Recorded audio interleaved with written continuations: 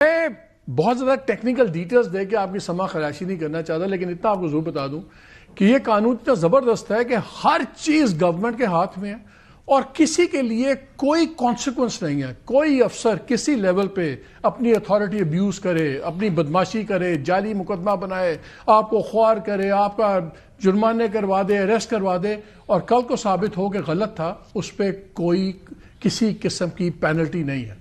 ہمارے سوچنے پر پینلٹی ہے، بات کرنے پر پینلٹی ہوگی، 3 سال قید ہوگی، 20 لاکھ جرمانہ ہوگا، اور جو سرکار کے ایما پہ جو مرضی کرے اس پہ کوئی پابندی نہیں ہوگی، کسی قسم کا کانسیکوینس نہیں ہوگا. یہ ماشاءاللہ بیلنس، اور کوئی جوڈیشل اوورسائٹ نہیں ہے، کوئی انسٹیٹیوشنل اوورسائٹ نہیں ہے.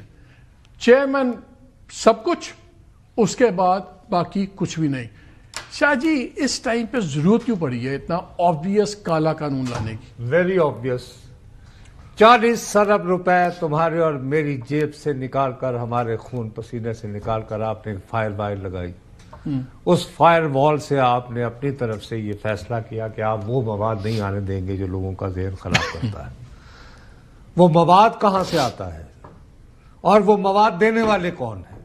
وہ ہیں جو آپ کے لاڈلے تھے، جن کا کوئی کسی نے حساب کتاب نہیں کیا. امریکہ سے کون لاڈلے؟ موہت پیرزادہ، وہ صاحب، وہ وج بھائی جو ٹب میں لیٹے ہوئے تھے، یہ وہ تھے نا کہ جنہیں دشمن کے بچوں کو پڑھانا تھا، یہ اپنے ہی بچے پڑھائے ہوئے اب امریکہ پہنچ کے جب ان کے خلاف ہوتے ہیں، وہ جو کچھ پوسٹ کرتے ہیں، اور وہ فوج سے گئے ہوئے کچھ لوگ، وہ جو کچھ پوسٹ کرتے ہیں، اس 40 ارب روپے کے باوجود میں، اور آپ دیکھتے ہیں یا نہیں دیکھتے، ہم تک پہنچا.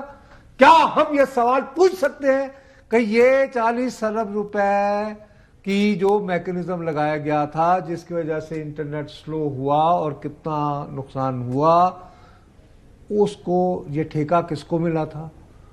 کون تھا وہ؟ ہم یہ ہمیں کوئی جواب نہیں دے گا. آپ دیکھا یار یہ تو کام نہیں ہوا، اب ایسا کرو کہ جی آپ ایکسپرشن کاسٹ کر رہے ہیں، اس میں 3 سال قید ہے. بابو میں نے کون سی ایکسپرشن کا؟ کیا یہ بات غلط ہے کہ 40 ارب روپے لگے فائر وال پہ؟ سر قانون پاس ہو چکا ہے، قانون پاس ہو چکا ہے. اسی کانورسیشن کے اندر میرا خیال ہے پہلا مقدمہ نہ شروع ہو جائے اس اتھارٹی کا، یہ جو کہانی چل رہی ہے. بسم اللہ. مظہر یہ بتائیں، یہ بھی بڑا اب دیکھنا ہے کہ جو اتھارٹی جو آ رہی ہے اس کا چیئرمین کون ہوگا؟ کیا کوئی ریٹائرڈ جنرل صاحب ہوں گے؟ کوئی ریٹائرڈ گریڈ 22 کا افسر ہوگا؟ کون ہوگا؟ بیکاز اس سے بھی تو فلیور ہمیں آ جائے گا کہ نہیں آ جائے گا پتہ. دیکھیں مالک، یہ میڈیا کے لیے نیشنل اکاؤنٹیبلٹی بیورو بنایا جا رہا ہے. صحیح کہہ رہے جو اگر آپ دیکھیں کہ اس میں جو پاورز دی جا رہی ہیں، میں نے کہا نا کہ یہ کرمنلائزیشن آف میڈیا کی جا رہی ہے. اس سے بہتری نہیں آئے گی. اس سے چیزیں اگر آپ یہ سمجھ رہے ہیں کہ چیزیں، میں تو ہمیشہ سے کہتا ہوں کہ اس ملک میں ministry of information ministry of disinformation ہے. ڈس انفارمیشن کا سب سے بڑا ذریعہ منسٹری آف انفارمیشن ہے. کرپشن کا سب سے بڑا ذریعہ منسٹری آف انفارمیشن. آپ اٹھا لیں، فیکٹس فگرز اٹھا لیں آپ اس میں، کہ کس طرح کمیشن لیے جاتے ہیں اور کس طرح جو ہے اشتہارات دیے جاتے ہیں. آپ اٹھا کے دیکھ لیں. آپ نے میڈیا کی بہتری کے لیے کیا ہے. آپ پیمرا اٹھا لیں، پیمرا کے لوگوں سے پوچھ لیں جا کے کہ کس طریقے سے. ابھی آپ نے کہا کہ یہ سارا برڈن جو ہے یہ گورنمنٹ اپنے اس پہ اٹھا رہی ہے. گورنمنٹ کس کے اس پہ کھڑی ہوئی ہے؟ چیز یہ ہے کہ اگر میں یہ کہوں کہ 8 فروری کی یہ جو گورنمنٹ بنی ہے یہ فیک ہے، تو یہ کیا فیک نیوز ہوگی؟ اچھا، فیک نیوز بڑا انٹرسٹنگ ہے. اس ایکٹ کے اندر 5 جگہ فیک نیوز کی بات ہو رہی ہے. اچھا، آف کام کے میں رولز دیکھ رہا تھا، اس پہ انہوں نے کہا کہ جی مس انفارمیشن ہوگی یا ڈس انفارمیشن ہوگی. فیک نیوز تو یہ تو ڈونلڈ ٹرمپ نے ایک اختراع نکالی تھی، اس کی کوئی اختراع نہیں ہے.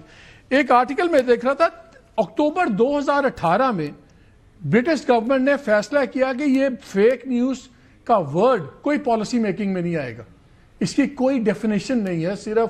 بلکہ ایک کام کرتے ہیں، یہ لائر بیٹھے ہوئے ایک ایگزامپل دیتے ہیں. وہ جسٹس امین الدین صاحب والی خبر میری چلائیے گا بھٹی صاحب. ہاٹ فیورٹ جو اس وقت گورنمنٹ سرکلز میں بات ہم سن رہے ہیں، فیڈرل جو کورٹ ہے، آئینی کورٹ، اس کے لیے امین الدین خان صاحب کا نام بڑا اسٹرانگلی لیا جا رہا ہے. اب اگر امین الدین خان صاحب نہ بنتے، یہ کیا مس انفارمیشن تھی، ڈس انفارمیشن؟ کچھ اضطراب پھیل گیا سپریم کورٹ میں، وہ بن جائیں گے نہیں بن جائیں گے. تو یہ مس انفارمیشن تھی، ڈس انفارمیشن ہوتی کہ فیک نیوز ہوتی اگر یہ نہ بنتے؟ اس قانون کے اس قانون کے نیچے اس تحت قانون کے نیچے تو یہ آپ کو فیک نیوز کر کے تو اس کے اندر ایک کاروائی چلا دیتے. دیکھیے بڑی عجیب سی بات ہے. اور اگر میں کہتا ہوں کہ یہ حالت آج کل ایسی ہے اکانومی کی اور یہ چیزیں ہیں, میرا خیال ہے کہ, اور میری اطلاع یہ ہے کہ ڈالر جو ہے 300 روپے کا ہو جائے گا, تو وہ تو اضطراب پھیلے گا, تو کیا وہ اس میں بھی میں اندر ہو جاؤں گا اس پہ؟ جی بالکل. میں اس سے بہت کم کی بات کروں. اگر آپ کہیں کہ کل بہت سخت طوفان آنے والا ہے اور سب لوگوں کو اسلام آباد سے میں باہر نہیں نکلنا چاہیے اور کل نہ آئے تو اضطراب پھیلے گا, تو کیونکہ اس کی ایک پرٹیکولر دھمک ہوگی اس بات کی, اور اگر اس کی وجہ سے کوئی امپیکٹ ہوا تو بہت, دیکھیے میرے اگر اونچا کھانسنے سے آپ کا دل دھڑک گیا تو تب لیکن ساتھ جی اس کا مطلب یہ کہ یہ سارا اس میں تو میٹ آفس کے آدھے سے زیادہ لوگ بند ہو جائیں گے.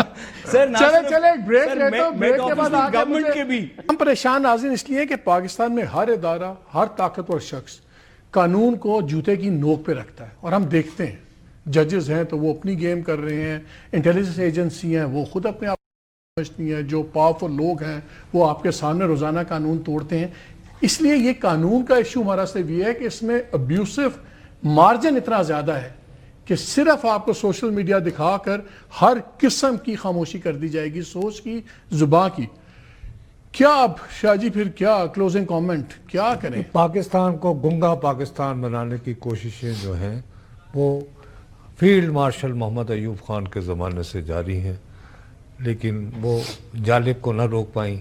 جالب کا ایک فکرہ ہی ان کے لیے کافی تھا, ایسے دستور کو صبح بے نور کو میں نہیں مانتا, میں نہیں جانتا. اس کے بعد بھی جتنی ایفرٹس ہوئیں یہی ہوا. اور میں صرف ایک فکرہ کہوں گا کہ اس سے پہلے کہ ریڈیو پاکستان سے یہ خبر آئی کہ ہم سرنڈر کر رہے ہیں ڈھاکہ میں, آپ کو پتہ ہے کون سا نغمہ چل رہا تھا؟ 150 45 شیراں 540 مارے. تو جھوٹ کا فروغ جو ہے لیکن وہ ملک دشمنی ہے. آپ نے دیکھی ہے کہ پلیز سچ کا کہ پارلیمان یہ قانون پاس کر رہی ہے اور پرائم منسٹر صاحب تمام میڈیا اونرز کو لے کے ایک میٹنگ میں بیٹھ گئے. اونرز ناٹ ورکنگ, یہ آئرنی نہیں ہے؟ انہوں نے کہا ورکنگ جرنلسٹ خطرے میں نہیں. مظہر یور کامنٹ, کلوزنگ کامنٹ, کیا کریں, کیا ہوگا, اور لوگ یہ ڈاٹ جوائن کر پائیں گے کہ یہ میڈیا کا ایشو نہیں ہے, یہ عام آدمی کا ایشو ہے جس پہ ہم لڑ رہے ہیں؟ اصل مسئلہ یہی ہے مالک کہ لوگوں کو یہ سمجھنا چاہیے کہ آزادی اظہار میڈیا کا ایشو نہیں ہے, آزادی اظہار لوگوں کا ایشو ہے, اور لوگوں کو اس تحریک کا حصہ بننا پڑے گا. یہ ساری یونینز کو, سارے میڈیا سٹیک ہولڈرز کو مل کے اس چیز کو رجسٹ کرنا پڑے گا. یہ اس وقت بھی تھا جب یہ پیکا بنا. دیکھیں مسلم لیگ نون کا ٹریک ریکارڈ بہت خراب رہا ہے فریڈم آف دا پریس کے حوالے سے. 97 میں اگر آپ کو یاد ہو کہ ایڈیٹرز کے ٹیلی فون ٹیپ کیے جاتے تھے, تھریٹس کی جاتی تھی, نوکری سے ہٹانے کی دھمکی دی جاتی تھی. پھر 2016 میں آ کے انہوں نے یہ پیکا بنایا. پھر اس کے بعد بدقسمتی سے تحریک انصاف جو اس کی بڑی مخالفت کرتی تھی وہ اس سے بھی کالا قانون لے کر آ رہی تھی. میڈیا ڈسٹرکشن اتھارٹی جو بنا رہے تھے میڈیا, جی بالکل بالکل, آج پھر وہی کر رہے ہیں. تو میں تو یہی کہوں گا کہ اپوزیشن, جو آج کی اپوزیشن ہے, اسے یہ سوچنا چاہیے کہ کل جب وہ گورنمنٹ آئے گی تو وہ پیکا کو مزید سخت کرے گی یا ختم کرے گی. اور آج کی جو گورنمنٹ ہے اسے یہ سوچنا پڑے گا کہ یہ جو قانون بنا رہے ہیں وہ کل جب وہ اپوزیشن میں ہوں گے تو اس قانون کو سہ پائیں گے یا نہیں پائیں گے. ہم کل بھی لڑ رہے تھے, ہم آج بھی لڑیں گے اور آئندہ بھی لڑتے رہیں گے. لیگل آپشن ہے اس کے اوپر ساتھ کہ ہم اس کو کس طرح چیلنج کریں؟ آئی تھنک کہ جی اس کا کچھ چیلنجز تو فائل ہوں گے. یہ تو بڑی نیچرل سی بات ہے کہ آرٹیکل 19 آئینی بینچ کے سامنے, جو کہ نیچرلی آئینی بینچ کے سامنے جائیں گے. بالکل آپ کی بات درست ہے, لیکن میں اس پہ ایک گزارش کروں. مظہر صاحب نے ایک ایکویشن کی بات کی. ایک سائیڈ آف دی ایکویشن یہ ہے کہ لوگوں کو ہم میڈیا کے ساتھ مل کے اس پہ آواز اٹھانی چاہیے. اس سائیڈ کی دوسری ایکویشن حکومت کے پرسپیکٹو میں یہ ہے کہ آپ ایک قانون لے آئیں, 10 لے آئیں, 50 لے آئیں.